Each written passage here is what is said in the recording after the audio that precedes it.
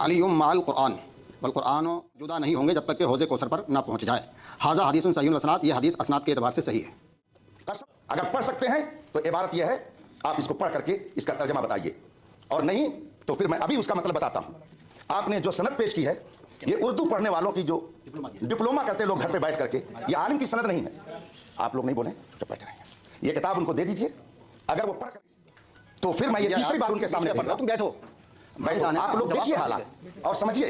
अब मैं, अगर हम चूंकि अहले सुन्नत व जमात से हैं, हम अपने अकाबिर को काबिल एतबार मानते हैं, उन पर हमारा एतमाद और भरोसा है। और याद रखिए, ये कोई ऐसे आलिम नहीं है कि जिनको आप बरेलवी कह करके नजरअंदाज कर दें। इनका इंतकाल 1083 हिजरी, तकरीबन 400 साल पहले की ये किताब है। ये 400 साल पहले, गिनती में इधर उधर हो सकता है। इसमें ये लिखते हैं कि मुनाजरा को मुनाजरा क्यों कहा जाता है। उसकी वजह ये बयान करते हैं कि इसमें इस बात की तरफ इशारा है। मैं अरबी इबारत इसलिए नहीं पढ़ूंगा ताकि वो दोबारा उसको नकल ना कर सके। तर्जमा पढ़ रहा हूं, इबारत वो पढ़ दे, पूरी मजलिस पर उनका एहसान होगा, पूरी मजलिस पर उनका एहसान होगा। यंबगी अन यकून अल मुनाज़िरा, आगे मैंने इसलिए इतनी पढ़ दी कि आप लोगों को यहीं से पढ़ करके वो सुनाएंगे, जिसमें लिखा हुआ है दोनों मुनाजिर के लिए ये होना चाहिए कि वो हम पल्ला हों, उनमें से कोई बहुत बुलंद ना हो और कोई बहुत नीचा ना हो। नहीं होगी, बल्कि आपस में झगड़ा हो सकता है। और जब उलमा रहेंगे तो वो अपने दर्जे का लिहाज करेंगे, वो अपनी गुफ्तगू में भी आमी अल्फाज और बाजारी लबो लहजा इख्तियार नहीं करेंगे। इसलिए इन्होंने ये शर्त रखी है। और ये किताब जो मेरे हाथ में है, रशीदिया, और फिर उसके मुसन्निफ की तारीख़ वफ़ात 1083 हिजरी है। ये 1446 हिजरी चल रहा है। आप लोग गिन लीजिए कि कितने साल हो गए, अभी नहीं हुए थे। ये उस वक्त की किताब है। अगर इतने कदीम उलमा की किताबें भी मोतबर नहीं, तो फिर दीन का दफ्तर आप कहां से लेके आएंगे? किन की बातें मोतबर होंगी? इसलिए मैंने कहा, और इन्होंने अपनी तरफ से नहीं लिखा, ये बहुत बड़े आलिम थे उस जमाने के, तो इन्होंने जो कुछ लिखा किताब सुन्नत की रोशनी में लिखा है। कुरान से मैंने आयत करीमा पेश की कि जाहिल से बहस करना ये उलमा का काम नहीं है। इसका मतलब है कि बहस व मुबाहिसा करने के लिए अगला भी आलिम होना चाहिए। और आलिम के बारे में हम कैसे जानेंगे? उसके जानने का एक तरीका उसकी सनद है। जैसे अभी हमने आपके बारे में जाना कि आपने सिर्फ उर्दू में डिप्लोमा किया, तो ये हमने कैसे जाना?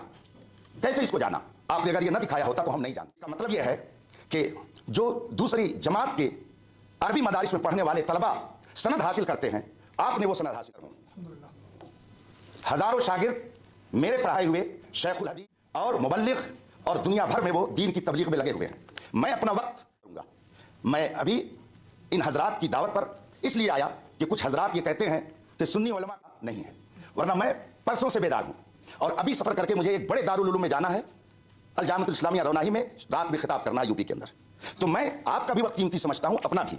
इन्होंने ये सनद पेश की, ये आलिम दीन नहीं है, और जब आलिम दीन नहीं है तो अरबी किताब क्या पढ़ेंगे?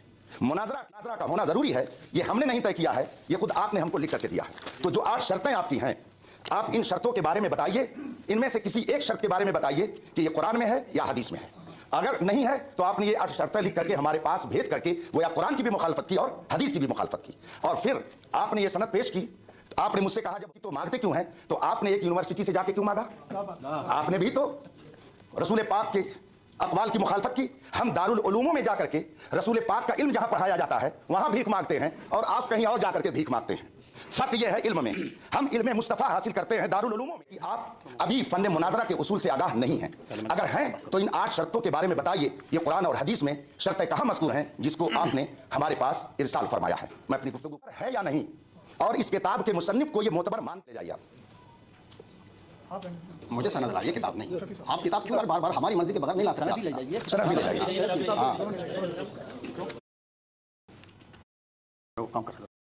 रहमतुल्लाहि व बरकातहू। तो कुछ मांगना आपसे एक इनकी लिखी हुई किताब असल जो है कुरान और हदीस पर चलते हैं, तो इस किताब को एक तरफ रख दीजिएगा। क्लियर बात है? कुरान और हदीस, कुरान अल्लाह की किताब है,